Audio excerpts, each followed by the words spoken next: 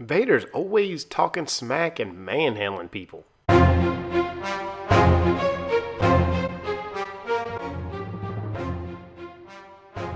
Hey, what's good, comic fans? This is Campfire Comics, and we're here to talk about Star Wars issue number 14, next to the last series in the Vader Down story arc. I'm Campfire Rich. I'm Campfire Nate, and man, they gave us what we wanted, man. We talked about it last time. We wanted Wookiee battle, we wanted, Vader and Karbin going to town, and man, this issue delivered. Yes, it did. It picked right up with it too.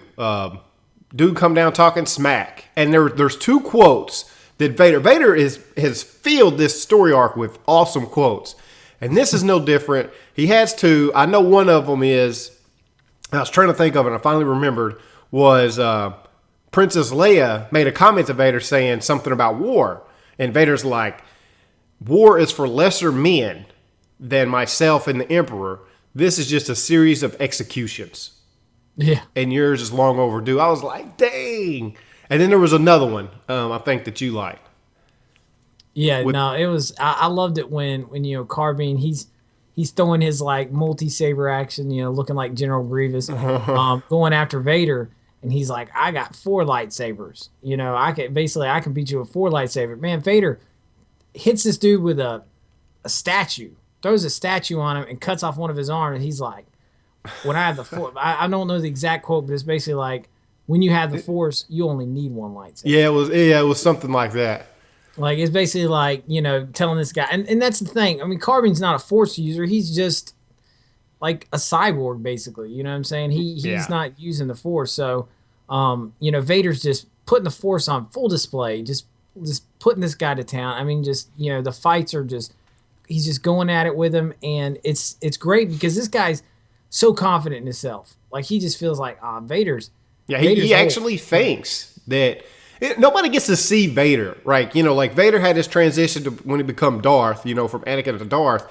But then since then, it's like he does all these missions. They're kind of like, he's not displaying his power all the time, right. Not in front of everybody. So this guy obviously doesn't realize who he's messing with. He got the drop on him one time.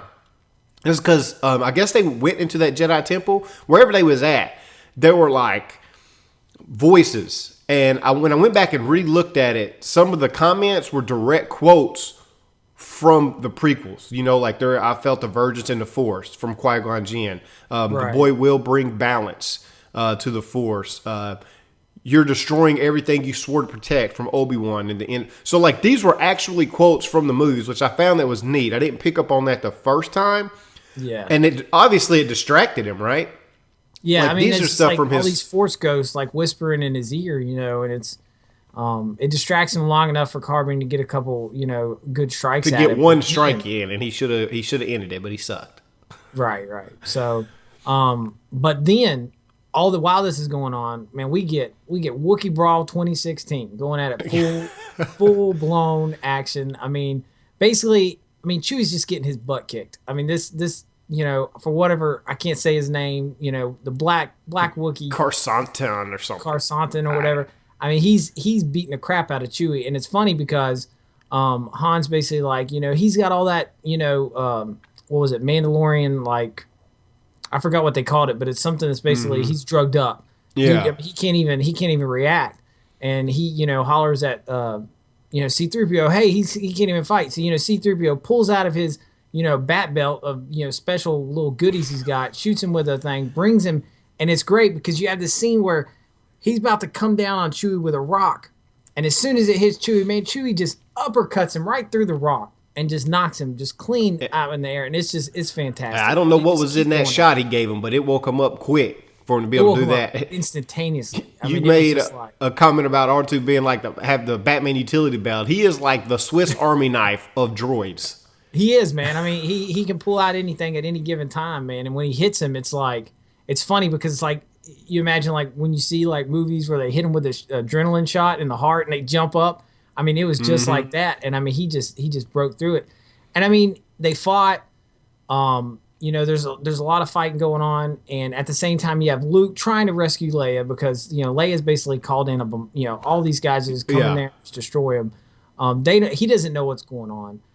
Luke's trying to find her. He's again getting kind of caught up in the same thing as Vader. He's getting all these whispers. He thinks it's Obi-Wan. He's not sure. Basically telling him, "You're not ready. You're not ready." Yeah, because he stumbles up close to that temple. Right. He starts feeling it, and it's just like Luke's not ready for the reveal or whatever what's there. And ultimately, I feel like it's knowing that Vader's his father. Like he's not prepared for what he needs to be able to get to, even to think about that at this point. Right. Yeah, it would probably jack him up real bad. But that's kind of it. Like he ends up getting knocked out, right, by these stormtroopers. I wish we would have a little bit more Luke. We don't get a ton of them, right? Like we don't get any Luke's lightsaber action or none of that kind of stuff. Would have been kind of cool, but it's enough because we got Vader handling his business. But right here, look at this image and tell me when Luke gets knocked in the back of the head and he's going like that. Tell me it don't look the exact same as he did when he found out Vader was his father. It really does. It's like cracks me up. I might try to do like both pictures if I could find them. But anyway, that's kind of the review of Star Wars issue number 14. Very good. Maybe it pretty much ends on everyone's in trouble. Yep. I mean, and you have C-3PO basically saying to Leia, where Leia she's basically got a gun pointed at Vader. Yes. And he basically has C-3PO telling to her, we need your help. We need your help. And it ends with that. She's basically going to shoot Vader, or she can go help her friends. I don't know. We'll find out in the next one. Yep. So, that's the review, man. Like, comment, subscribe. Let us know what you think about it. And maybe we're going to be bringing you the end part. This might be my second favorite or third favorite in the Vader Down story arc. I really enjoyed it.